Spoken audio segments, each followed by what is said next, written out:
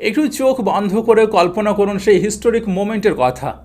দীর্ঘ 6 মাসেরও বেশি সময় ধরে মহাপ্লাবনের উত্তাল পানির উপর ভেসে থাকার পর প্রায় 1 কিলোমিটার দীর্ঘ সেই বিশাল নৌকার দরজা অবশেষে খুলে গেল।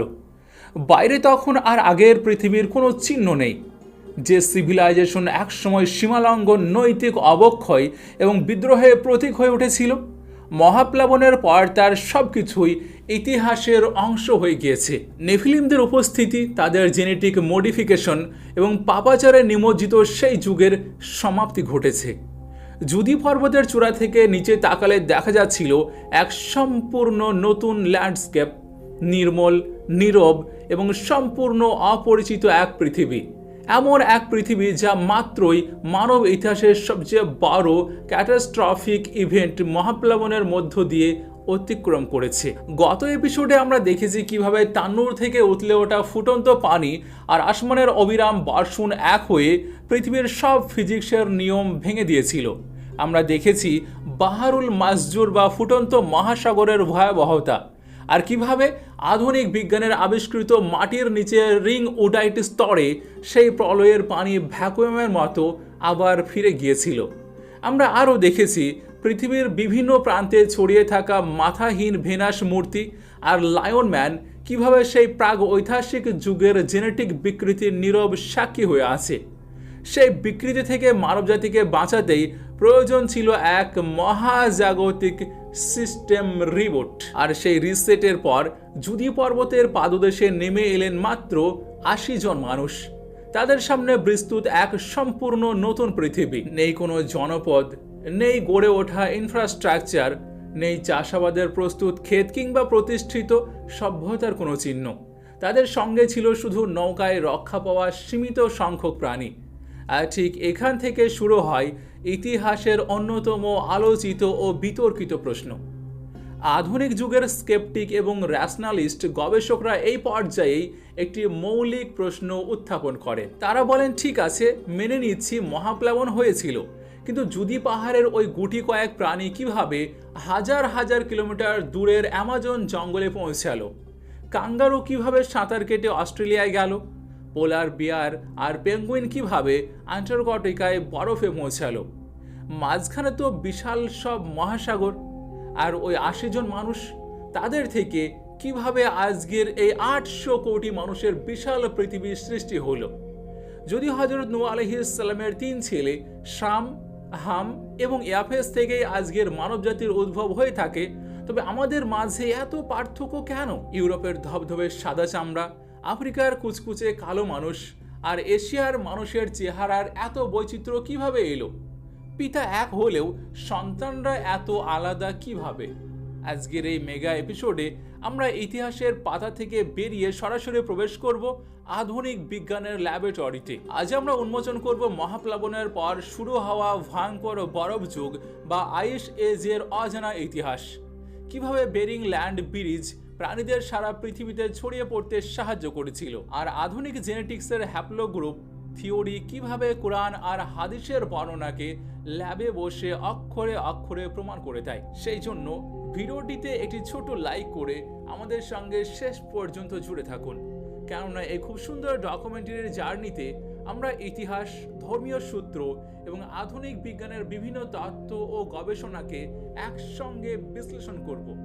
হয়তো আজকের আলোচনা আপনাকে এমন কিছু নতুন দৃষ্টিভঙ্গির সঙ্গে পরিচয় করিয়ে দেবে যা ইতিহাস ও বিজ্ঞানের সম্পর্কে আপনার ভাবনাকে নতুনভাবে মূল্যায়ন করতে অনুপ্রাণিত করবে। চলুন শুরু করা যাক মহাপ্লাবনের পর মানব সভ্যতার পুনর্গঠনের সেই অসাধারণ জার্নি।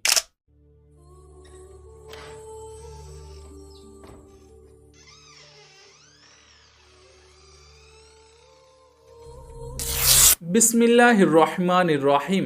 আসসালামু আলাইকুম। জুদি পর্বতের পাদদেশে দাঁড়িয়ে থাকা মানুষ ও প্রাণীগুলোর সামনে তখন বিস্তৃত এক অজানা জনশূন্য পৃথিবী।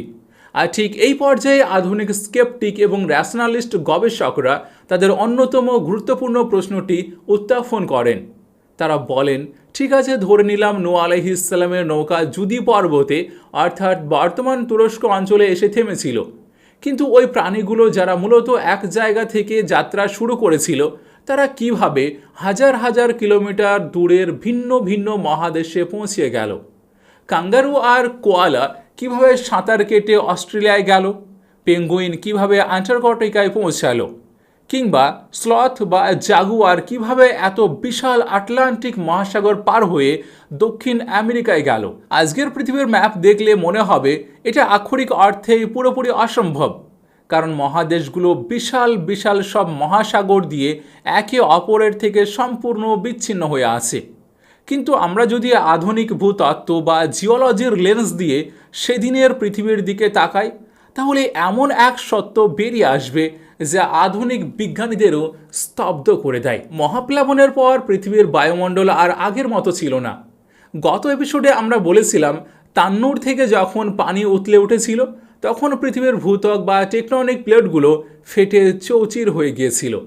এর ফলে মাটির নিচ থেকে শুধু পানি বের হয়নি, বরং সমুদ্রের তলদেশে থাকা হাজার হাজার আগ্নেয়গিরি বা ভলকানো একসঙ্গে বিস্ফোরিত হয়েছিল।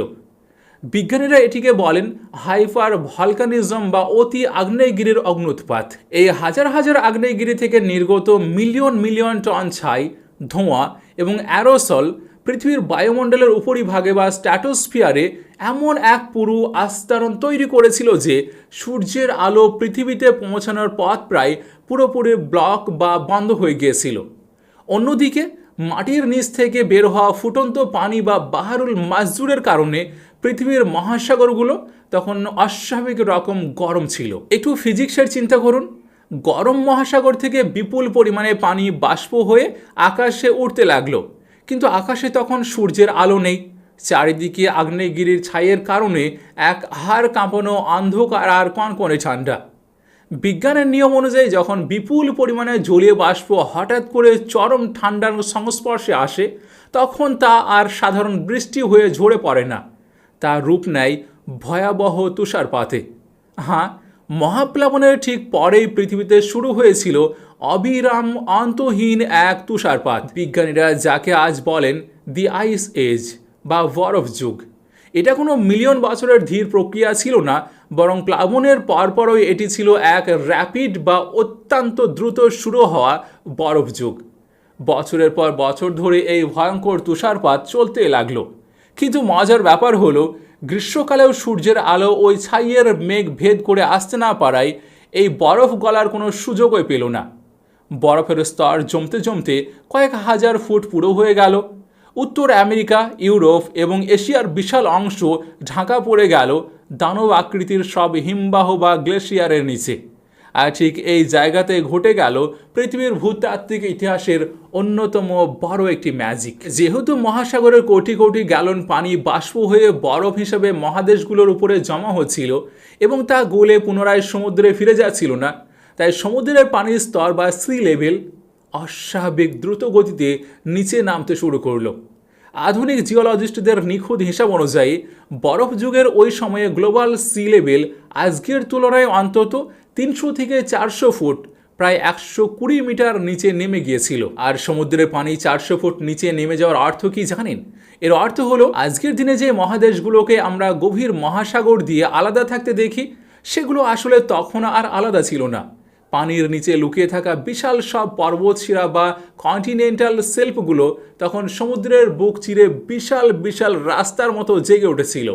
তৈরি হয়েছিল এক মহাদেশ থেকে আরেক মহাদেশে হেঁটে যাওয়ার প্রাকৃতিক সেতু বা ল্যান্ড ব্রিজ। এর সবচেয়ে বড় এবং অকাঠ্য বৈজ্ঞানিক প্রমাণ হলো বেরিং ল্যান্ড ব্রিজ, যাকে বিজ্ঞানীরা বেরিংজিয়া নামেও ডাকেন। আজকের দিনে রাশিয়া এবং আমেরিকার আলাস্কার মাঝখানে যে বিশাল বেরিং প্রণালী বা সমুদ্র রয়েছে, বরফ যুগে সেটা কোনো সমুদ্র ছিল না। পানির স্তর নিচে নেমে যাওয়ার কারণে সেখানে প্রায় 1000 কিলোমিটার চওড়া একটি বিশাল স্থলভাগ বা আন্তঃমহাদেশীয় হাইওয়ে জেগে উঠেছিল, যা এশিয়াকে সরাসরি উত্তর আমেরিকার সঙ্গে যুক্ত করেছিল।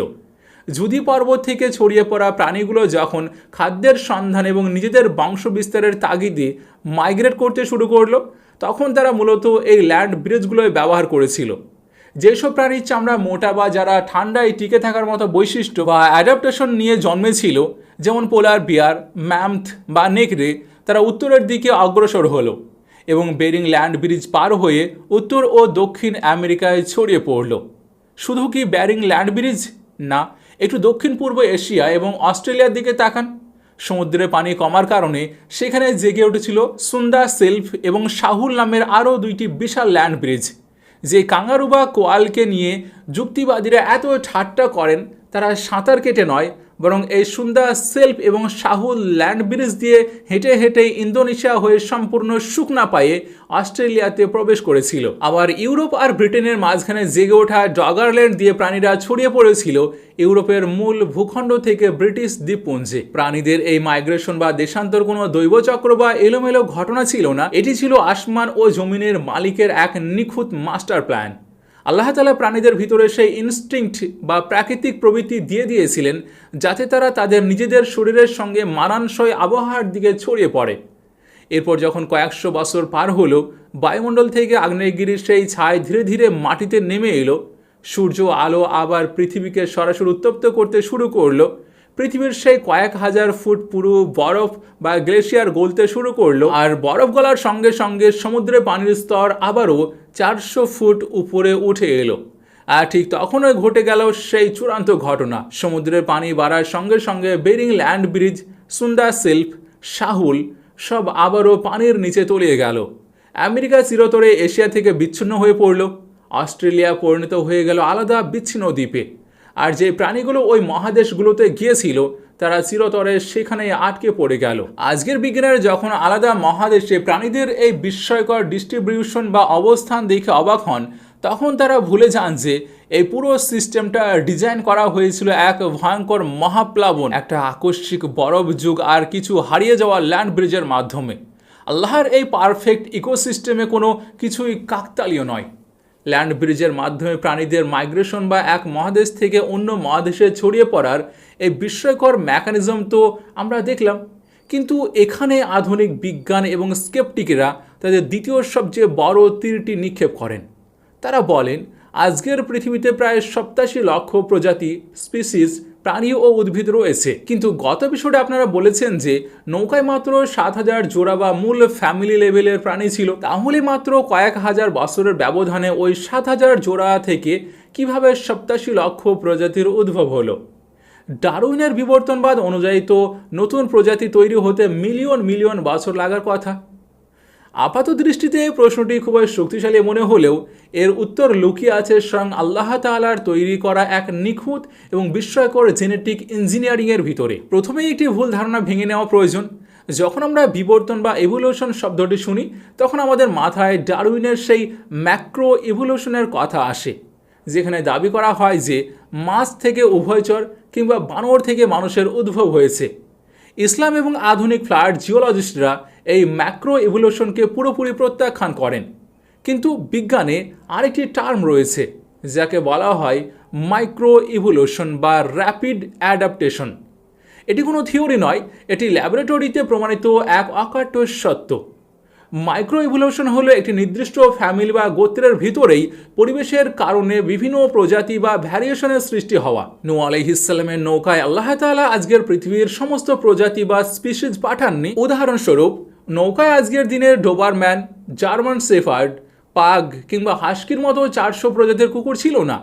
নৌকায় ছিল ক্যানিড গোত্রের মাত্র এক জোড়া আদি প্রাণী, যাদের ডিএনএতে আল্লাহ তাআলা পৃথিবীর সমস্ত প্রজাতির কুকুরের জেনেটিক ইনফরমেশন বা অ্যালিল আগে থেকে প্রোগ্রাম করে দিয়েছিলেন। প্লাবনের পর যখন এই প্রাণীগুলো জুদি পর্বত থেকে পৃথিবীর বিভিন্ন প্রান্তে ছড়িয়ে পড়তে শুরু করলো, তখন তারা সম্মুখীন হলো চরম প্রতিকূল পরিবেশের। কেউ গেল আইস এজের কনকনে বরফে, কেউ গেল আফ্রিকার তপ্ত মরুভূমিতে, আবার কেউ পৌঁছালো অ্যামাজনের গহীন জঙ্গলে। তখন প্রাণ বাঁচানোর তাগিদে তাদের ডিএনএতে থাকা সুপ্ত জিনগুলো, লেটেন্ট জিনস, অভাবনীয়ভাবে দ্রুত গতিতে অ্যাক্টিভেট বা সক্রিয় হতে শুরু করে। আধুনিক বিজ্ঞানে এই প্রক্রিয়াটিকে বলা হয় অ্যাপিজেনেটিক্স। যে ক্যানিড প্রাণীগুলো বরফের দেশে গিয়েছিল, টিকে থাকার জন্য মাত্র কয়েক প্রজন্মের মধ্যেই তাদের শরীরের ঘন লোম আর বিশাল আকৃতির উদ্ভব হলো। তারা পরিচিত হলো নেকড়ে বা টিম্বার উলফ হিসেবে। যারা মরুভূমিতে গেল তারা আকারে ছোট হয়ে গেল এবং তাদের কান বড় হয়ে গেল যাতে শরীর থেকে তাপ বের হতে পারে। তারা হলো কয়োটি বা শিয়াল। আর যারা মানুষের সংস্পর্শে এলো তারা ধীরে ধীরে রূপান্তরিত হলো আজকের এই শত শত প্রজাতির গৃহপালিত কুকুরে। একই ঘটনা ঘটেছিল ফিল লাইন বা বিড়াল গোত্রের ক্ষেত্রে নৌকায় থাকা সেই একজোড়া আদি বিড়াল গোত্রের প্রাণী থেকেই পরবর্তীতে পরিবেশ এবং খাদ্য অভ্যাসের উপর ভিত্তি করে আফ্রিকায় সিংহ, সাইবেরিয়ায় বাঘ, দক্ষিণ আমেরিকায় জাগুয়ার এবং আমাদের ঘরে থাকা ছোট বিড়ালের উদ্ভব হয়েছে। লক্ষ্য করুন, এখানে একটি বিড়াল কিন্তু কখনোই বিবর্তিত হয়ে কুকুর হয়ে যায়নি, কিংবা কুকুর কখনো ঘোড়া হয়ে যায়নি। তারা তাদের নিজেদের নির্দিষ্ট কাইন্ড বা সীমানার ভিতরে থেকেই হাজারো প্রজাতিতে বিভক্ত হয়েছে। বিজ্ঞানীরা আগে মনে করতেন এই মিউটেশন বা পরিবর্তনে লাখ লাখ বছর লাগে, কিন্তু আধুনিক জেনেটিক্স প্রমাণ করছে যে চরম পরিবেশগত চাপে, এনভায়রনমেন্টাল স্ট্রেসের মধ্যে পড়লে প্রাণীদের ডিএনএ মাত্র কয়েক প্রজন্ম বা 100 থেকে 200 বছরের মধ্যে এই র্যাপিড অ্যাডাপ্টেশন বা দ্রুত অভিযোজন ঘটতে সক্ষম। নূহ আলাইহিস সালামের নৌকায় ওই 7000 জোড়া প্রাণী কোনো সাধারণ প্রাণী ছিল না, তারা ছিল জেনেটিক্যালি পারফেক্ট এবং ইনফরমেশন রিচ মাস্টারপিস।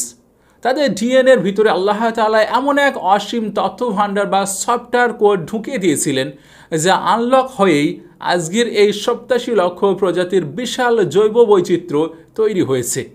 এটি কোনো অন্ধ প্রকৃতির র্যান্ডম মিউটেশন বা এলোমেলো বিবর্তনের ফল নয়, বরং এটি হলো আসমান ও জমিনের মালিকের এক নিখুঁত, প্রি প্রোগ্রামড এবং পারফেক্ট ইকোসিস্টেম ডিজাইনের প্রমাণ। আচ্ছা, প্রাণীদের মাইগ্রেশন বা দেশান্তরের রহস্য তো আমরা দেখলাম, কিন্তু যদি পর্বতের রুক্ষ পাথরে মাটিতে পা রাখা সেই মানুষগুলোর কি হলো?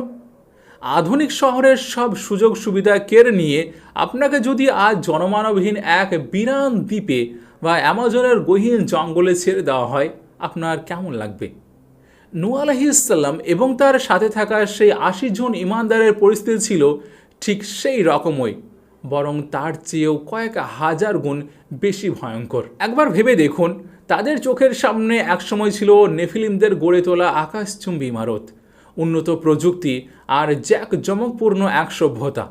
আর আজ চারিদিকে শুধু থকথকে কাদা, উপরে পড়ে থাকা বিশাল গাছ আর ধ্বংসস্তূপ। পৃথিবীর পুরো ইকোসিস্টেম তখন বিপর্যস্ত। মাটিতে লবণ আর পানির পুরো আস্তরণ। এর মাঝে দাঁড়িয়ে আছেন মাত্র 80 জন মানুষ। তাদের কাছে কোনো আধুনিক যন্ত্রপাতি নেই, তৈরি করা কোনো কৃষি জমি নেই, মাথা গোঁজার মতো কোনো ছাদও নেই। মানবজাতিকে আক্ষরিক অর্থেই অ্যাবসলিউট জিরো বা শূন্য থেকে তাদের যাত্রা শুরু করতে হয়েছিল। প্রাচীন ইসলামী ইতিহাসবিদ, বিশেষ করে বিখ্যাত মুফাসসির ইমাম ইবনে কাসির রাহিমাহুল্লাহ এবং আল তাবারি রাহিমাহুল্লাহর এক বর্ণনায় নতুন সভ্যতার এই শুরুর দিনগুলোর এক হারহিম করা ইতিহাস পাওয়া যায়। জুদি পর্বতের পাদদেশে নেমে আসার পর বাঁচার তাগিদে এই 80 জন মানুষ মিলে পৃথিবীর বুকে সর্বপ্রথম যে বসতি বা গ্রামটি স্থাপন করেছিলেন, ইতিহাসে তার নাম দেওয়া হয়েছে কারিয়াতুস সামানিন বা 80 জনের গ্রাম। বর্তমান তুরস্কের সিরনাক প্রদেশে আজও এই সামানিন গ্রামের স্মৃতি বহন করে এমন কিছু প্রত্নতাত্ত্বিক জায়গার অস্তিত্ব গবেষকরা খুঁজে পেয়েছেন। এই সামানিন গ্রামে শুরু হয়েছিল বেঁচে থাকার এক নতুন সংগ্রাম। তারা নৌকার কাঠ বা ধ্বংসস্তূপ থেকে পাথর কুড়িয়ে নিজেদের জন্য প্রাথমিক আশ্রয়স্থল তৈরি করলেন। নৌকায় সংরক্ষিত বীজগুলো অত্যন্ত সাবধানে পরিষ্কার মাটিতে রোপণ করা হলো, কিন্তু কাজটি মোটেও সহজ ছিল না, কারণ আমরা আগে জেনেছি যে তখন আকাশে আগ্নেয়গিরির ছাইয়ের কারণে সূর্যের আলো ঠিকমতো পৌঁছাচ্ছিল না এবং পৃথিবীতে এক কনকনে ঠান্ডা বা বরফ যুগের সূচনা হচ্ছিল। এই চরম বৈরী আবহাওয়ার মধ্যে বেঁচে থাকার জন্য তারা আক্ষরিক অর্থে প্রকৃতির সঙ্গে যুদ্ধ করেছিল। দিনে তারা হাড়ভাঙা পরিশ্রম করতেন মাটি খুঁড়ে কৃষিকাজ করার জন্য, আর রাতে স্রষ্টার কাছে প্রার্থনা করতেন। সেই 80 জন মানুষের মধ্যে কোনো ধনী গরিবের বিভেদ ছিল না, ক্ষমতার লোভ ছিল না। তাদের একটাই লক্ষ্য ছিল পৃথিবীর বুকে মানবজাতির অস্তিত্বকে টিকিয়ে রাখা। দীর্ঘ কয়েক প্রজন্মের পাপ আর অবাধ্যতার পর সামানিন গ্রামটি হয়ে উঠেছিল পৃথিবীর বুকে পবিত্রতা আর ইমানের এক নতুন কেন্দ্র। তবে এই সামানিন গ্রামের ইতিহাসের সাথে জড়িয়ে আছে জেনেটিক্স এবং বংশধারার এক অবিশ্বাস্য মোড়, যা আধুনিক বিজ্ঞানীদেরও চমকে দেয়। আমরা সাধারণভাবে ভাবি যে ওই 80 জন মানুষ থেকে হয়তো ধীরে ধীরে আজকের এই 800 কোটি মানুষের বিশাল পৃথিবী তৈরি হয়েছে, কিন্তু ইসলামিক ইতিহাস এবং তাফসির গ্রন্থগুলোতে আমাদের এক সম্পূর্ণ ভিন্ন তথ্য দেয়। ইমাম কুরতুবী রাহিমাহুল্লাহ এবং অন্যান্য প্রখ্যাত মুফাসসিরদের মতে নূহ আলাইহিস সালামের সঙ্গে নৌকায় ওঠা ওই ৮০ জন ইমানদারের বংশ পৃথিবীতে বেশি দিন টেকেনি। নতুন পৃথিবীতে বসতি স্থাপনের কিছুদিনের পরই সেখানে এক ভয়াবহ মহামারী ছড়িয়ে পড়ে। আর এটি কেন হয়েছিল? এপিসোড 15তে আমরা এর সম্ভাব্য কারণগুলো বিস্তারিত আলোচনা করেছি।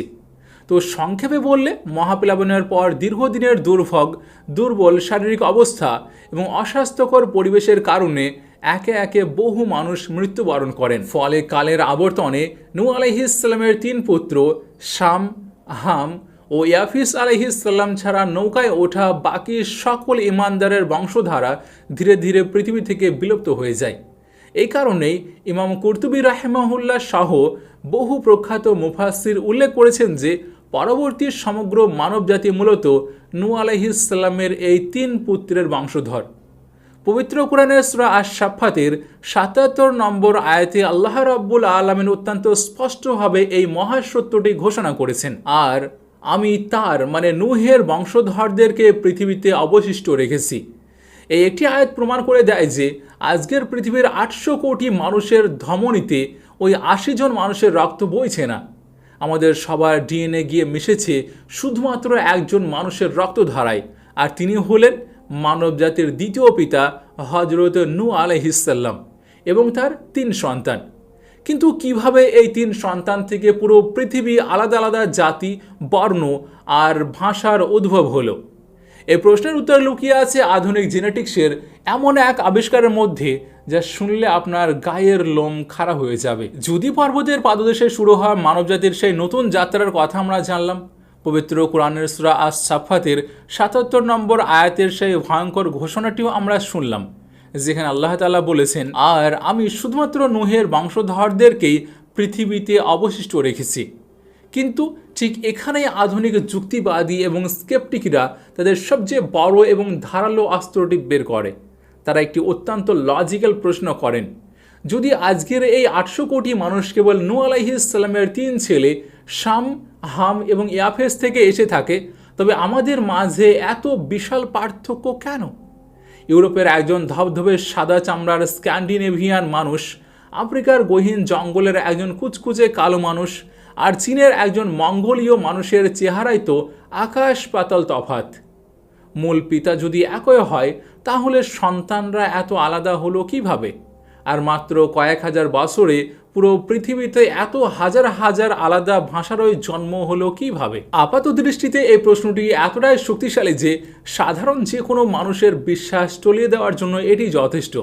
কিন্তু আজ আমরা ইতিহাসের পাতা পুরোপুরি বন্ধ করে দিয়ে সরাসরি প্রবেশ করব আধুনিক বিজ্ঞানের ল্যাবরেটরিতে। কারণ আধুনিক জেনেটিক্স, ডিএনএ ম্যাপিং আর হ্যাপ্লোগ্রুপের গবেষণা গত কয়েক দশকে এমন এক খুব সুন্দর সত্য আবিষ্কার করেছে যা আধুনিক বিজ্ঞানীদেরও রাতের ঘুম হারাম করে দিয়েছে।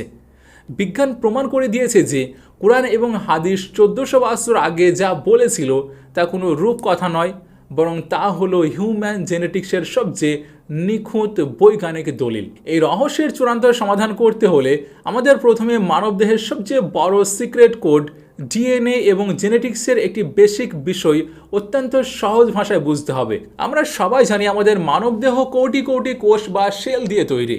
প্রতিটি কোষের কেন্দ্রে থাকে নিউক্লিয়াস, আর সেই নিউক্লিয়াসের ভিতরে থাকে ক্রোমোজোম। মানুষের শরীরে মোট 46টি বা 23 জোড়া ক্রোমোজোম থাকে। এর মধ্যে 22 জোড়া হলো সাধারণ ক্রোমোজোম, আর শেষের 1 জোড়াকে বলা হয় সেক্স ক্রোমোজোম, যা নির্ধারণ করে একটি সন্তান ছেলে হবে নাকি মেয়ে। মহিলাদের ক্ষেত্রে এই ক্রোমোজোমটি হলো XX, আর পুরুষদের ক্ষেত্রে এটি হলো XY। আজকের এই পুরো মেগা রহস্যের চাবিকাঠি লুকিয়ে আছে পুরুষদের ওই Y ক্রোমোজোমের ভিতরে। কারণ এই ওয়াই ক্রোমোজোমটি অত্যন্ত স্পেশাল। মানবদেহের অন্যান্য সমস্ত ক্রোমোজোম পিতা এবং মাতা উভয়ের শরীর থেকে মিশে বা ব্লেন্ড হয়ে তৈরি হয়, কিন্তু ওয়াই ক্রোমোজোমটি কখনোই ব্লেন্ড হয় না বা মায়ের ডিএনএর সঙ্গে মেশে না। এটি সম্পূর্ণ অবিকৃত অবস্থায় সরাসরি একজন পিতার শরীর থেকে তার ছেলের শরীরে ট্রান্সফার হয়, ওই ছেলের থেকে তার ছেলের শরীরে যায়। অর্থাৎ আজ থেকে হাজার হাজার বছর আগে আপনার আদি পিতার শরীরে যে ওয়াই ক্রোমোজোমটি ছিল সেটি আক্ষরিক অর্থে কপি পেস্ট হয়ে প্রজন্ম থেকে প্রজন্মে বাহিত হয়ে আজ আপনার শরীরের প্রতিটি কোষে অবস্থান করছে। এটি অনেকটা মানুষের বংশের একটি স্ক্যান করা বারকোডের মতো। বিজ্ঞানীরা যদি আজ আপনার শরীরে ওয়াই ক্রোমোজোমটি নিয়ে ল্যাবে পরীক্ষা করেন, তবে তারা ওই বারকোড স্ক্যান করে একদম নিখুঁতভাবে বলে দিতে পারবেন আপনার আদি পিতা কে ছিলেন এবং 1000 বছর আগে আপনার পূর্বপুরুষরা পৃথিবীর কোন অঞ্চলে বসবাস করতেন। 1980 এবং 90-এর দশকে যখন বিজ্ঞানীরা সারা পৃথিবীর হাজার হাজার আলাদা আলাদা চাইনিজ, আফ্রিকান, ইউরোপিয়ান, আরব মানুষের ডিএনএ সংগ্রহ করে এই ওয়াই ক্রোমোজোম নিয়ে গবেষণা করতে শুরু করলেন, তখন তারা এমন একটি ভয়ঙ্কর সত্য আবিষ্কার করলেন যা পুরো সায়েন্টিফিক কমিউনিটিতে রীতিমতো ভূমিকম্প তৈরি করে দিয়েছিল। তারা ভেবেছিলেন বিবর্তনবাদ অনুযায়ী মানুষ যেহেতু বিভিন্ন জায়গায় লক্ষ লক্ষ বছর ধরে বানর থেকে বিবর্তিত হয়েছে, তাই মানুষের ডিএনএতে অসংখ্য আলাদা আলাদা আদি পিতার অস্তিত্ব পাওয়া যাবে। কিন্তু ল্যাবের রেজাল্ট দেখে তাদের চোখ কপালে উঠে গেল। বিজ্ঞানীরা দেখলেন যে আজকের পৃথিবীর 800 কোটি মানুষের, সে যে বর্ণের বা যে মহাদেশের হোক না কেন, সবার ওয়াই ক্রোমোজোমের বারকোড গিয়ে একটি মাত্র পয়েন্টে মিলছে। অর্থাৎ পৃথিবীর প্রতিটি পুরুষ কেবল একজন মাত্র আদি পিতার ওয়াই ক্রোমোজোম বহন করছে। বিজ্ঞানীরা হতবাক হয়ে এই একক আদি পিতার নাম দিলেন ওয়াই ক্রোমোসোমাল অ্যাডাম। শুধু তাই নয়, তারা যখন মহিলাদের ক্ষেত্রে মায়ের দিক থেকে আসা মাইটোকন্ড্রিয়াল ডিএনএ পরীক্ষা করলেন, তখন সেখানেও ঠিক একই রেজাল্ট পেলেন। পৃথিবীর সমস্ত মানুষের মাইটোকন্ড্রিয়াল ডিএনএ গিয়ে মিশেছে একজন মাত্র নারীর কাছে। বিজ্ঞান যার নাম দিয়েছে মাইটোকন্ড্রিয়াল ইভ। বিজ্ঞানীদের এই আবিষ্কার প্রমাণ করে দিল যে মানবজাতির ইতিহাসে এমন একটি বিশাল এবং ভয়ঙ্কর ঘটনা ঘটেছিল যাকে জেনেটিক্সের ভাষায় বলা হয় জেনেটিক বটলনেক। এর মানে হলো অতীত ইতিহাসে কোনো এক মহাপ্রলয় বা ধ্বংসযজ্ঞের কারণে পৃথিবীর সমস্ত মানুষের বংশ ধ্বংস হয়ে গিয়েছিল। মানবজাতির সংখ্যা কমতে কমতে প্রায় শূন্যের কোঠায় নেমে এসেছিল এবং শুধুমাত্র বেঁচে যাওয়া সেই গুটি কয়েক মানুষের থেকেই আজকের এই বিশাল পৃথিবীর উদ্ভব হয়েছে। একটু ভেবে দেখুন, আধুনিক বিজ্ঞান তার সর্বোচ্চ প্রযুক্তির ল্যাবরেটরিতে বসে যে জেনেটিক বটলনেক এবং একক পিতার থিওরি আবিষ্কার করছে, আজ থেকে 1400 বছর আগে পবিত্র কোরআনের সূরা আস-সাফফাতের 77 নম্বর আয়াতে আল্লাহ তাআলা ঠিক সেই কথাটি বলে দিয়েছেন যে নূহ আলাইহিস সালামের বংশধর ছাড়া পৃথিবীর আর কারো বংশ অবশিষ্ট নেই। নূহ আলাইহিস সালাম আক্ষরিক অর্থে ছিলেন মানবজাতির দ্বিতীয় পিতা বা সায়েন্সের ভাষায় সেই ওয়াই ক্রোমোজোমাল অ্যাডাম। কিন্তু আসল টুইস্ট তো শুরু হয় এর পরে। নূহ আলাইহিস সালাম তো একজন, কিন্তু তার 3 ছেলে থেকে কিভাবে পুরো পৃথিবীর আলাদা আলাদা জাতি তৈরি হলো? জেনেটিক্স আমাদের বলে পিতার শরীর থেকে যখন ছেলের শরীরে ওয়াই ক্রোমোজোম কপি পেস্ট হয়, তখন এটি নিখুঁতভাবে হয় না। প্রতি কয়েক প্রজন্ম পর পর এই বিশাল ডিএনএ কোডের মধ্যে খুব সামান্য একটি টাইপিং মিস্টেক বা ত্রুটি ঘটে যায়। বিজ্ঞানের ভাষায় এটিকে বলা হয় SNP মিউটেশন, মানে সিঙ্গেল নিউক্লিওটাইড পলিমরফিজম। আর এটি কোনো খারাপ রোগ নয়, বরং এটি হলো ডিএনএর মধ্যে তৈরি হওয়া একটি নতুন মার্কার বা সিলমোহর। একবার যখন এই নতুন মার্কারটি তৈরি হয়ে যায়, তখন সেটি তার পরবর্তী সমস্ত বংশধরদের শরীরে স্থায়ী হয়ে যায়। জেনেটিক্সের ভাষায় এই মিউটেশন মার্কার বহনকারী বিশাল একদল মানুষকে বলা হয় একটি হ্যাপ্লোগ্রুপ। সহজ কথায় হ্যাপ্লোগ্রুপ মানে হলো একটি বিশাল ফ্যামিলি ট্রি বা বংশের গাছ।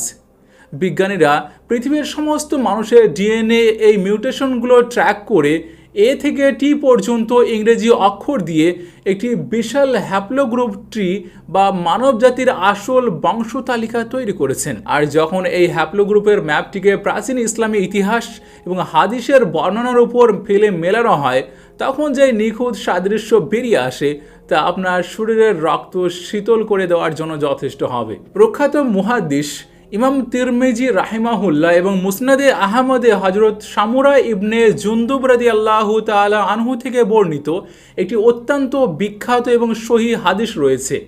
রাসূলুল্লাহ সাল্লাল্লাহু আলাইহি ওয়াসাল্লাম বলেছেন, শাম হলো আরবদের পিতা, হাম হলো হাবশি বা কৃষ্ণাঙ্গদের পিতা এবং ইয়াফেস হলো রোমান বা ইউরোপীয় তুর্কি সম্প্রদায়ের পিতা।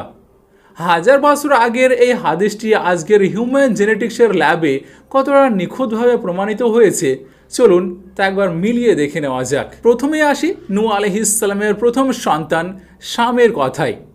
ইসলামী ইতিহাস এবং বাইবেলের বর্ণনা অনুযায়ী শাম এবং তার বংশধররা মহাপ্লাবনের পর মূলত মধ্যপ্রাচ্য, আরব উপদ্বীপ এবং মেসোপটেমিয়া অঞ্চলে বসবাস করতে শুরু করেছিল।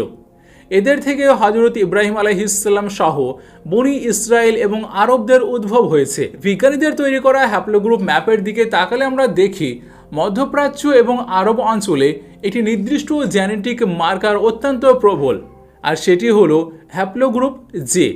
এই হ্যাপ্লোগ্রুপ জেকে বিজ্ঞানীরা দুইটি মূল শাখায় ভাগ করেছেন, J1 এবং J2।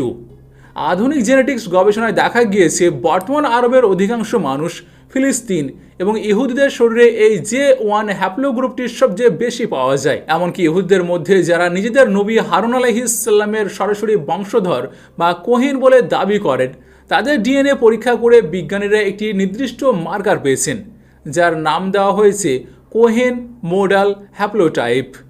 আর বিস্ময়কর ব্যাপার হলো এই মার্কারটিও ওই হ্যাপ্লোগ্রুপ জে এরই একটি অংশ। অর্থাৎ আজ থেকে 1400 বছর আগে নবীজি সাল্লাল্লাহু আলাইহি সাল্লাম যেই বলেছিলেন শাম হলো আরবদের পিতা, আজকের আধুনিক মলিকুলার জেনেটিক্স ল্যাবে বসে প্রমাণ করে দিয়েছে যে হ্যাঁ, মধ্যপ্রাচ্যের এই সেমেটিক জাতিগুলো একটি নির্দিষ্ট ওয়াই ক্রোমোজোমাল মিউটেশন থেকে এসেছে। এবার আসুন দ্বিতীয় সন্তান হামের কথায়। হাদিস অনুযায়ী হাম হলো হাবশি বা কৃষ্ণাঙ্গদের পিতা। ইতিহাস বলে মহাপ্লাবনের পর হাম এবং তার সন্তানরা, যাদের নাম ছিল কুশ, মিজরাইম, পুট এবং কানান, মূলত দক্ষিণ পশ্চিম দিকে অর্থাৎ আফ্রিকা মহাদেশের দিকে ছড়িয়ে পড়েছিল। প্রাচীন মিশরীয় সভ্যতার প্রতিষ্ঠাতারাও ছিল এই হামের বংশধর। আমরা যদি আধুনিক জেনেটিক্সের হ্যাপ্লোগ্রুপ ট্রিতে আফ্রিকা মহাদেশের দিকে তাকাই, তবে সেখানে আমরা দেখতে পাবো হ্যাপ্লোগ্রুপ ই এর একছত্র আধিপত্য।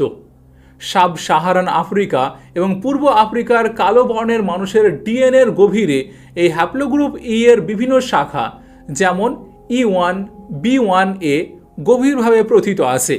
সবচেয়ে খুব সুন্দর আবিষ্কারটি হয়েছিল যখন বিজ্ঞানীরা প্রাচীন মিশরের ফেরাও বা ফেরাউনদের মমি থেকে ডিএনএ সংগ্রহ করেছিলেন।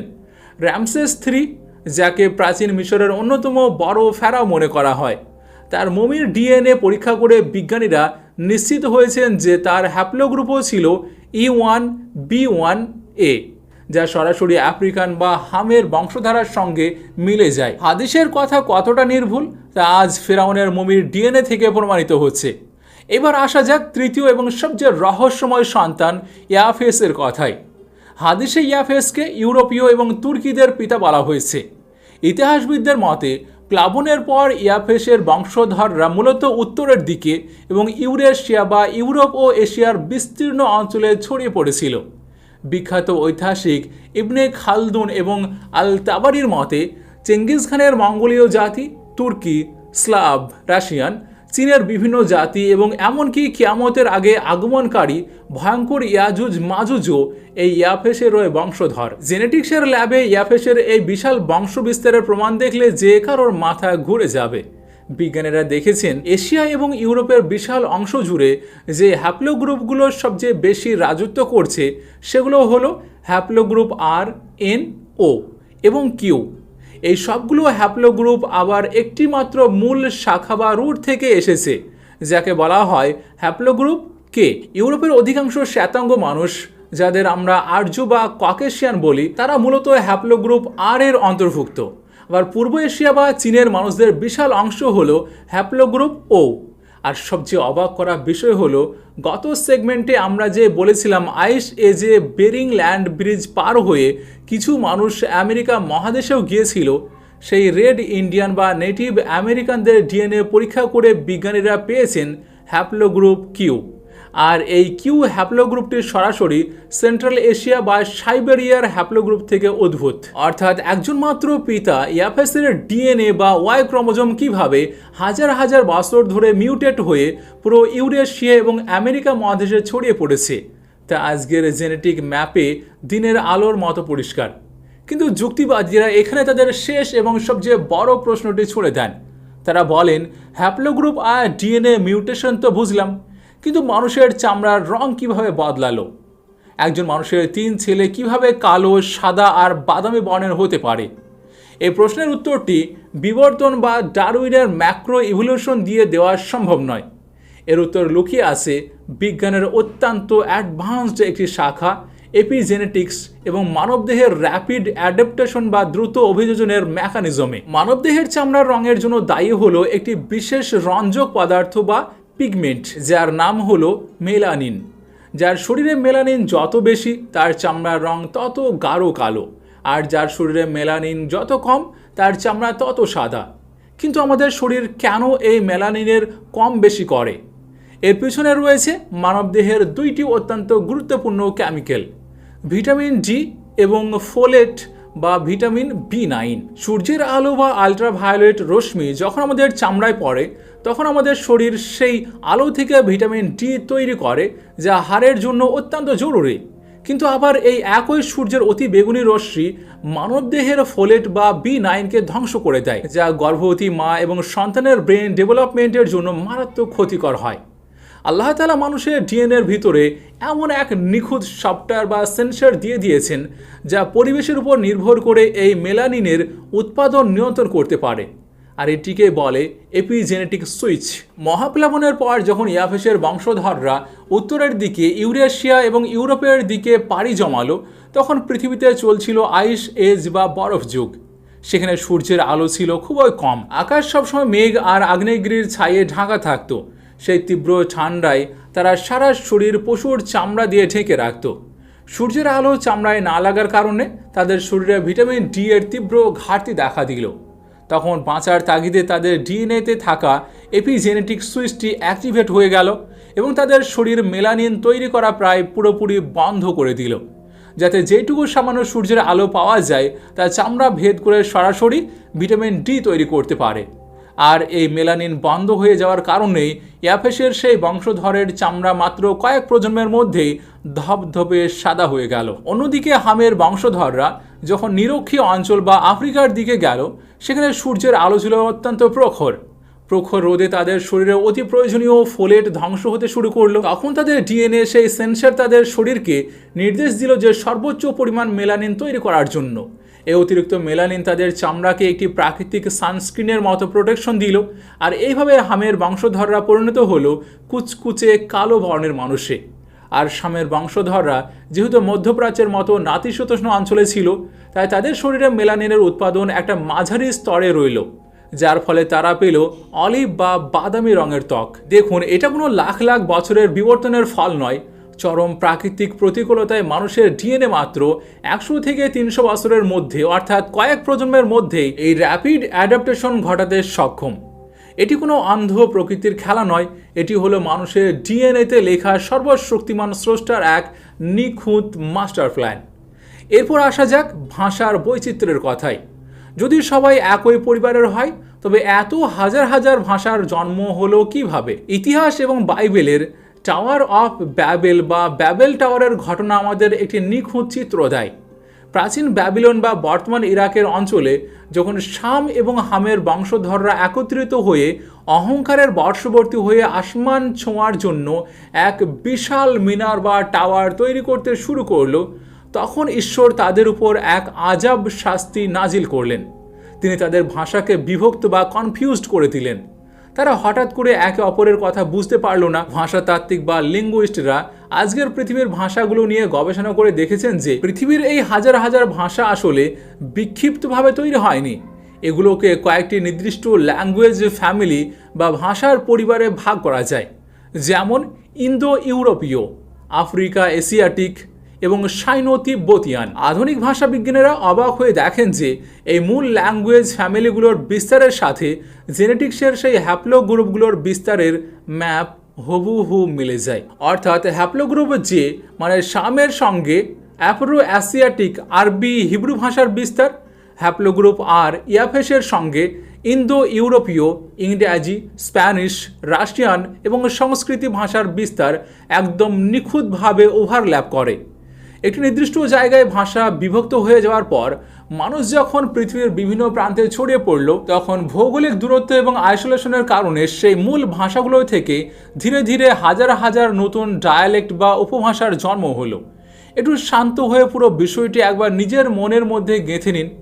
যদি পর্বতে নেমে আসা সেই গুটি কয়েক মানুষ, 3টি মাত্র মূল বংশধারা, জেনেটিক বটলনেক, হ্যাপ্লোগ্রুপের নিখুঁত বিভাজন, এপিজেনেটিক্সের মাধ্যমে চামড়ার রঙের রেপিড অ্যাডাপ্টেশন আর ব্যাবেল টাওয়ার থেকে ভাষার উৎপত্তি, সবগুলো বিষয় যখন এক বিন্দুতে এসে মিলিত হয় তখন কোনো যুক্তিবাদী বা নাস্তিকের পক্ষে এক সেকেন্ডের জন্য এটাকে মিথ বা রূপকথা বলার উপায় থাকে না। আজকের আধুনিক বিজ্ঞান তার ল্যাবরেটরিতে কোটি কোটি ডলার খরচা করে ডিএনএ সিকোয়েন্সিংয়ের মাধ্যমে যে মহাসত্য প্রমাণ করছে, মরুভূমির বুকে দাঁড়িয়ে নিরক্ষর এক নবী সাল্লাল্লাহু আলাইহি সাল্লাম 1400 বছর আগেই তা নির্ভুলভাবে বলে গিয়েছেন।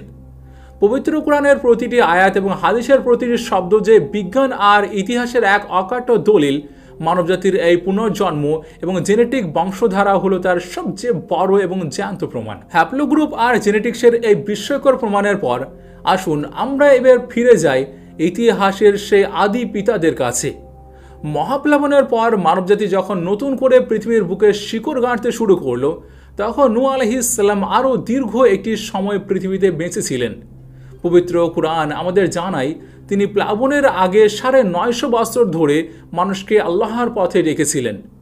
আর তাফসীরকারক এবং ঐতিহাসিকদের মতে প্লাবনের পর তিনি আরও বেশ কয়েক দশক মতান্তরে কয়েক শতাব্দী জীবিত ছিলেন। সব মিলিয়ে তার জীবনকাল ছিল মানব ইতিহাসের অন্যতম দীর্ঘ একটি অধ্যায়। কিন্তু পৃথিবীতে যারা এসেছে তাদের প্রত্যেককে মৃত্যুর স্বাদ গ্রহণ করতে হবে।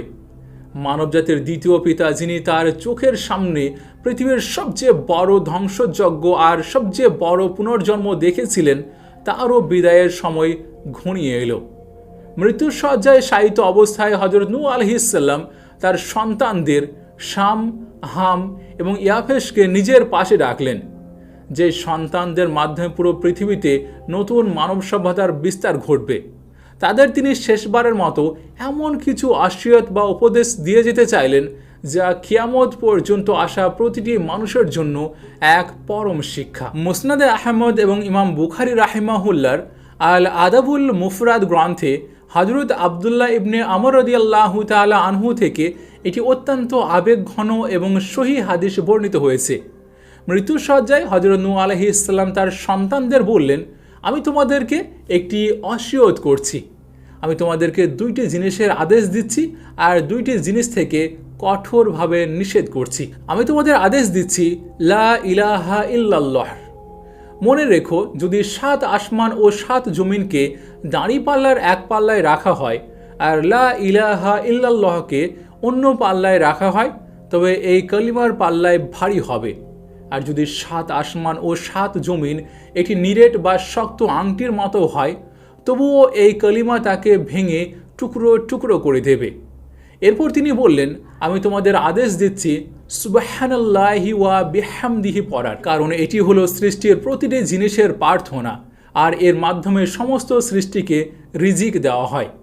এরপর হযরত নূহ আলাইহিস সালাম অত্যন্ত কঠোর স্বরে সেই দুইটি জিনিসের কথা বললেন, যা থেকে তিনি তার সন্তানদের চিরতরে নিষেধ করতে চেয়েছিলেন। তিনি বললেন, আর আমি তোমাদের কঠোরভাবে নিষেধ করছি শিরক অর্থাৎ আল্লাহর সঙ্গে শরিক করা এবং অহংকার থেকে। একটু গভীরভাবে চিন্তা করুন তো, হযরত নূহ আলাইহিস সালাম কেন মৃত্যুর ঠিক আগে এই দুটি জিনিস থেকে নিষেধ করলেন?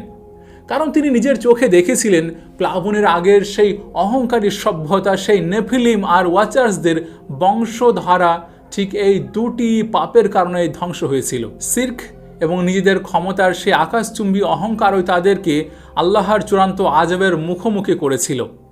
নূহ আলাইহিস সালাম চাইছিলেন না যে তার সন্তানদের মাধ্যমে গড়ে ওঠা নতুন পৃথিবীতে আবারও সেই একই পাপের পুনরাবৃত্তি ঘটুক। সন্তানদের এই মহামূল্যবান অসিয়ত করার পর মানবজাতির দ্বিতীয় পিতা, আল্লাহর অন্যতম ধৈর্যশীল ও শ্রেষ্ঠ নবী হযরত নূহ আলাইহিস সালাম চিরতরে চোখ বন্ধ করলেন। তিনি পৃথিবীতে রেখে গেলেন এক পবিত্র নতুন মানব সভ্যতা, যারা তারই রক্ত বহন করে কিয়ামত পর্যন্ত বেঁচে থাকবে। নূহ আলাইহিস সালামের সেই মৃত্যু এবং তার শেষ ওসিয়তের পর পার হয়ে গিয়েছে হাজার হাজার বছর। মানুষ জুদি পর্বতের সেই ছোট্ট সামান্য গ্রাম থেকে ছড়িয়ে পড়েছে পুরো পৃথিবীতে। আমরা বানিয়েছি আকাশচুম্বী ইমারত, আমরা জয় করেছি মহাকাশ। আমাদের হাতে এখন প্রযুক্তির চরম উৎকর্ষতা। কিন্তু একটু থমকে দাঁড়ান। এরপর আপনি নূহ আলাইহিস সালামের সময়ের মহাপ্লাবনের ঠিক আগের সেই কলুষিত পৃথিবীর দিকে একবার ফিরে তাকান। সেখানে কি ছিল? বুক অফ এনোক এবং প্রাচীন গ্রন্থগুলো আমাদের কি জানিয়েছিল? সেখানে ছিল ওয়াচার্স এবং নেফিলিমদের তৈরি করা সেই বিকৃত সভ্যতা। তারা প্রকৃতির নিয়ম ভেঙেছিল, তারা মানুষ আর প্রাণীর জিন এবং ডিএনএ মিক্স করে সংকর বা হাইব্রিড তৈরি করেছিল। তারা নিজেদের অমর এবং ঈশ্বরের সমকক্ষ ভাবতে শুরু করেছিল। আর সেই জিনগত বিকৃতি আর অহংকারের কারণে আল্লাহ তাআলা পুরো পৃথিবীকে প্রলয়ঙ্করী প্লাবন দিয়ে রিবুট করেছিলেন। এবার আজকের আধুনিক পৃথিবীর দিকে তাকান। আপনি কি জানেন আজ আমরা ঠিক সেই একই পথে, সেই একই ভুলের দিকে অন্ধের মতো এগিয়ে যাচ্ছি? শুধু নামগুলো বদলেছে, কিন্তু পাপের ধরনটা রয়েই গিয়েছে একদম হুবহু একই রকমের। আজকের পৃথিবীর সবচেয়ে ভয়ঙ্কর এবং আলোচিত শব্দগুলোর একটি হলো ট্রান্সহিউম্যানিজম। এর মূল লক্ষ্য কি আপনারা কি কেউ জানেন? মানুষের স্বাভাবিক শারীরিক সীমাবদ্ধতাগুলোকে প্রযুক্তির মাধ্যমে চিরতরে ভেঙে ফেলা। আধুনিক বিজ্ঞানীরা আর শুধু রোগ নিরাময়ে সীমাবদ্ধ নেই, তারা এখন মানুষের ডিএনএ এডিট করে মানুষের মস্তিষ্কের সাথে এআই বা আর্টিফিশিয়াল ইন্টেলিজেন্সের মাইক্রোচিপ যেমন নিউরোলিঙ্ক যুক্ত করে এক সুপার হিউম্যান বা সাইবর্গ তৈরির প্রজেক্টে বিলিয়ন বিলিয়ন ডলার ঢালছেন। তারা চাইছেন মৃত্যু নামক জিনিসটাকে হ্যাক করে চিরস্থায়ী যৌবন আর অমরত্ব লাভ করতে। ভেবে দেখুন তো, এটা কি সেই প্রাচীন নেফিলিমদের অমর হওয়ার লালসারই আধুনিক ভার্সন নয়? গত কয়েক দশকে CRISPR বা জিন এডিটিং প্রযুক্তির মাধ্যমে বিজ্ঞানীরা ল্যাবরেটরিতে যা করেছেন তা জানলে আপনি চমকে উঠবেন। 1996 সালে ডলি নামক ভেড়ার ক্লোনিং দিয়ে যেই বিজ্ঞানের যাত্রা শুরু হয়েছিল, আজ তা কোথায় গিয়ে দাঁড়িয়েছে তা সাধারণ মানুষের কল্পনারও বাইরে।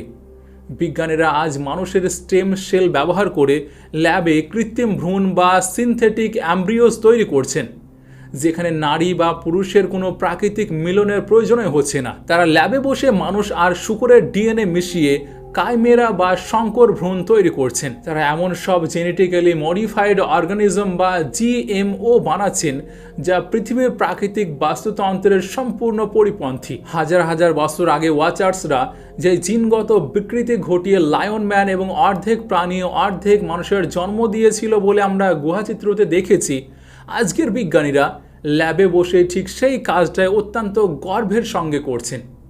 তারা আক্ষরিক অর্থেই স্রষ্টার ভূমিকায় অবতীর্ণ হতে চাইছেন, যাকে অনেক গবেষক বলছেন যে নেফিলিম 2.0 প্রজেক্ট। আর আর্টিফিশিয়াল ইন্টেলিজেন্স বা AI, আজ আমরা এমন এক বুদ্ধিমত্তা তৈরি করেছি যা মানুষের চেয়েও কোটি গুণ দ্রুত চিন্তা করতে পারে। AI আজ শিল্পকলা বানাচ্ছে, কোডিং করছে, এমনকি জেনেটিক ডেটা বিশ্লেষণ করে নতুন ভাইরাসের ডিজাইন পর্যন্ত করতে সক্ষম। আমরা এমন এক সত্তাকে জন্ম দিচ্ছি যার কোনো আবেগ নেই, বিবেক নেই, কিন্তু আছে সীমাহীন ডেটা আর ক্ষমতা। বিজ্ঞানীরা নিজেরাই আজ সতর্ক করেছেন যে এই AI একদিন মানুষের নিয়ন্ত্রণের বাইরে চলে যেতে পারে। প্রাচীনকালের সেই দানব বা জায়ান্টরা হয়তো ফিজিক্যালি বিশাল ছিল, কিন্তু আজকের দানবরা লুকিয়ে আছে সিলিকন চিপ আর সার্ভারের ভিতরে। মৃত্যুসজ্জায় নূহ আলাইহিস সালাম তার সন্তানদের সবচেয়ে বেশি সতর্ক করেছিলেন অহংকার এবং শিরক থেকে। কিন্তু আজ আধুনিক বিজ্ঞান আর প্রযুক্তির দম্ভে মানবজাতি স্রষ্টাকে অস্বীকার করতে শুরু করেছে। আমরা প্রকৃতির প্রতিটি ব্যালেন্স বা ভারসাম্যকে ধ্বংস করে ফেলেছি। আমরা ভুলে গিয়েছি যে স্রষ্টা নির্ধারিত সীমানা বা পারফেক্ট ইকোসিস্টেমে হাত দেওয়ার পরিণতি কতটা ভয়ঙ্কর হতে পারে। সবচেয়ে আশ্চর্য করা বিষয়টি হলো, আমাদের প্রিয় রাসূল সাল্লাল্লাহু আলাইহি ওয়াসাল্লাম শেষ জামানা বা কিয়ামতের আগের পৃথিবীর যে চিত্র আমাদের সামনে এঁকেছেন, তার সাথে নূহ আলাইহিস সালামের যুগের অদ্ভুত এক মিল রয়েছে। হাদিসে এসেছে শেষ জামানায় দাজ্জালের আবির্ভাব ঘটবে, যে প্রযুক্তি আর বিভ্রমের মাধ্যমে নিজেকে ঈশ্বর হিসেবে দাবি করবে। সে মৃতকে জীবিত করার ভান করবে, মেঘকে বৃষ্টি দেওয়ার নির্দেশ দেবে, আর পৃথিবীর বিশাল এক অংশ তার এই জাদুকরী প্রযুক্তি আর ক্ষমতায় অন্ধ হয়ে তাকে স্রষ্টা হিসেবে মেনেও নেবে। আর যখন আমরা brain computer interface, virtual reality বা VR এবং AI জেনারেটেড ডিফেক্ট প্রযুক্তির দিকে তাকাই, তখন দাজ্জালের সেই বিভ্রম তৈরি করা খুব একটা অসম্ভব বলে মনে হয় না। এমনকি বাইবেলেও এই বিষয়ে একটি চরম সতর্কবাণী দেওয়া হয়েছে। গসপেল অফ ম্যাথুয়েতে বলা হয়েছে, যেমনইভাবে নূহের দিনগুলোতে হয়েছিল ঠিক তেমনইভাবে শেষ জামানার আগমন ঘটবে। অর্থাৎ ধ্বংসের ঠিক আগে নূহ আলাইহিস সালামের যুগ মানুষের যেমন অহংকার, পাপাচার এবং নিজেদের ঈশ্বর ভাবার খেলায় মেতে উঠেছিল, কিয়ামতের ঠিক আগেও মানবজাতি হুবহু একই কাজ করবে। আজকের আধুনিক সভ্যতা কি তাহলে সেই চূড়ান্ত ধ্বংসের দিকে এগিয়ে যাচ্ছে? আমরা কি আবার আমাদের ডিএনএ, আমাদের প্রযুক্তি আর আমাদের অহংকার দিয়ে প্রকৃতির সেই রেড লাইন বা লাল রেখাটি ক্রস করে ফেলেছি? নূহ আলাইহিস সালামের যুগে পৃথিবীর সিস্টেমকে রিবুট করা হয়েছিল পানির মাধ্যমে। ধর্মগ্রন্থগুলো আমাদের সতর্ক করে যে শেষ জামানার রিবুট পানির মাধ্যমে হবে না, তা হবে এক ভয়াবহ মহাপ্রলয়ের মাধ্যমে। মহাপ্লাবনের সময় আল্লাহ তাআলা মানবজাতিকে বাঁচানোর জন্য নূহ আলাইহিস সালাম এবং তার নৌকাকে পাঠিয়েছিলেন। কিন্তু শেষ জামানার এই ফিতনা আর অহংকারের প্লাবনে ডুবে বসা আধুনিক মানবজাতিকে বাঁচানোর জন্য কি আর কোনো নৌকা আসবে, নাকি আমরা আমাদের নিজেদের তৈরি করা এই প্রযুক্তির দানব আর জিনগত বিকৃতির হাতেই চিরতরে হারিয়ে যাব? মহাপ্লাবনের সেই 40 দিনের বর্ষণ আর দীর্ঘ 150 দিনের প্রতীক্ষা আজ ইতিহাসের অংশ। কিন্তু নূহ আলাইহিস সালামের এই নৌকাটি ছিল শুধু একটি বিশাল জলযান নয়, এটি ছিল আল্লাহর প্রতি অবিচল ঈমান ও আনুগত্যের একটি টাইমলেস সিম্বল। মহাপ্লাবনের পর নতুন মানব সভ্যতার সূচনা হয়েছিল নূহ আলাইহিস সালামের সঙ্গে রক্ষা পাওয়া অল্প সংখ্যক মানুষ ও প্রাণীদের মাধ্যমে। আধুনিক জেনেটিক্স ও জিওলজি মানবজাতির অতীত নিয়ে নতুন নতুন তথ্য তুলে ধরছে। আর একজন মুসলিমের দৃষ্টিতে এইসব গবেষণা কোরআনের আয়াতগুলোকে নতুনভাবে অনুধাবনের সুযোগ করে দেয়। ইতিহাস আমাদের শেখায় প্রযুক্তি যতই এগিয়ে যাক, মানুষ কখনোই প্রকৃতি ও স্রষ্টার ঊর্ধ্বে নয়। নূহ আলাইহিস সালামের যুগে মুক্তির মাধ্যম ছিল সেই নৌকা, আর আজকের যুগে একজন মুমিনের প্রকৃত আশ্রয় হলো তার ঈমান। তাহলে প্রশ্ন একটাই, আমরা কি সেই ঈমানকে দৃঢ়ভাবে ধারণ করার জন্য প্রস্তুত, নাকি কানানের মতো নিজেদের উপর ভরসা করেই এগিয়ে চলেছি? সিদ্ধান্ত আপনার। আজকের এপিসোডের মাধ্যমে নূহ আলাইহিস সালামের এই মহাপ্লাবন নিয়ে আমাদের এই দীর্ঘ আলোচনা শেষ হচ্ছে। তবে আমাদের এই জার্নি এখানে শেষ নয়। ইনশাআল্লাহ এপিসোড 20 থেকে আমরা নতুন করে শুরু করব, একেবারে সম্পূর্ণ নতুন করে, আরও গভীর একটি বিষয় নিয়ে। সত্যি বলতে এই পুরো টপিকটি নিয়ে কাজ করতে আমার ভীষণ ভালো লেগেছে। এর আগে একইভাবে আমি বিবর্তন নিয়েও কাজ করতে মজা পেয়েছিলাম। আর এই ধরনের জটিল বিষয়গুলোকে আমি সবসময় একটি চ্যালেঞ্জ হিসেবে দেখি। আর যখন কোনো বিষয়কে চ্যালেঞ্জ হিসেবে গ্রহণ করি, তখন তার একেবারে গভীরে গিয়ে গবেষণা করতে আমার সত্যি ভীষণ ভালো লাগে। তাই একটি এপিসোড শেষ করতে হয়তো একটু বেশি সময় লেগে যায়, কারণ আমার চেষ্টা থাকে যতটা সম্ভব তথ্য যাচাই করে বিভিন্ন নির্ভরযোগ্য সূত্র মিলিয়ে এটি পরিপূর্ণ ও বিশ্বাসযোগ্য উপস্থাপনা আপনাদের সামনে তুলে ধরার। তবে বিদায় নেওয়ার আগে একটি ছোট্ট কথা আপনাদের সঙ্গে শেয়ার করতে চাই। কোরআনের আয়াত নিয়ে অনেক আলোচনা হয়, অনেক ভিডিও আপনারা দেখে থাকবেন, কিন্তু আমার চেষ্টা থাকে প্রতিটি বিষয়কে কোরআন, হাদিস, ইতিহাস, প্রত্নতত্ত্ব এবং আধুনিক গবেষণার আলোকে যতটা সম্ভব গভীরভাবে উপস্থাপন করার। আমার লক্ষ্য একটাই, আপনাকে যেন একটি বিষয় জানার জন্য বিভিন্ন জায়গায় ছুটতে না হয়, বরং একটি এপিসোড থেকেই বিষয়টির একটি কম্প্রিহেন্সিভ ধারণা পেয়ে যান। এই কারণেই প্রতিটি এপিসোডের পিছনে দীর্ঘ রিসার্চ, অসংখ্য তথ্য যাচাই এবং অনেক সময় ব্যয় করতে হয়। কিন্তু আলহামদুলিল্লাহ এই কাজটি আমার সবচেয়ে প্রিয়। কোরআন, বিজ্ঞান, ইতিহাস ও প্রত্নতত্ত্ব নিয়ে গবেষণা করে সেই জ্ঞান মানুষের কাছে পৌঁছে দেওয়াকেই আমি আমার দাওয়ার একটি অংশ মনে করি। আপনাদের ভালোবাসা এবং দোয়াই আমাকে এগিয়ে যাওয়ার সবচেয়ে বড় অনুপ্রেরণা দেয়। প্রতিটি এপিসোডের জন্য দীর্ঘ রিসার্চ এবং প্রস্তুতিতে অনেক সময় ব্যয় করতে হয়। তাই আল্লাহ না করুক সময়ের অভাব বা আর্থিক সীমাবদ্ধতার কারণে যেন এই কাজ কোনোভাবেই থেমে না যায়। সেই জন্য আপনারা চাইলে ফাইন্যান্সিয়ালি সহযোগিতা করতে পারেন। আর আপনারা কীভাবে সহযোগিতা করবেন তার বিস্তারিত তথ্য ডেসক্রিপশন বক্স এবং কমেন্টে পিন করে দেওয়া হয়েছে। আপনারা অবশ্যই চেক করে দেখে নেবেন। আল্লাহ তাআলা আপনাদের প্রতিটা সহযোগিতা কবুল করুন, আর তা আপনাদের জন্য সাদকায়ে জারিয়া হিসাবে কবুল করে রাখুন। আমিন। আপনাদের সঙ্গে আমি নাহিদ, আমাদের সঙ্গে জুড়ে থাকার জন্য শুকরিয়া।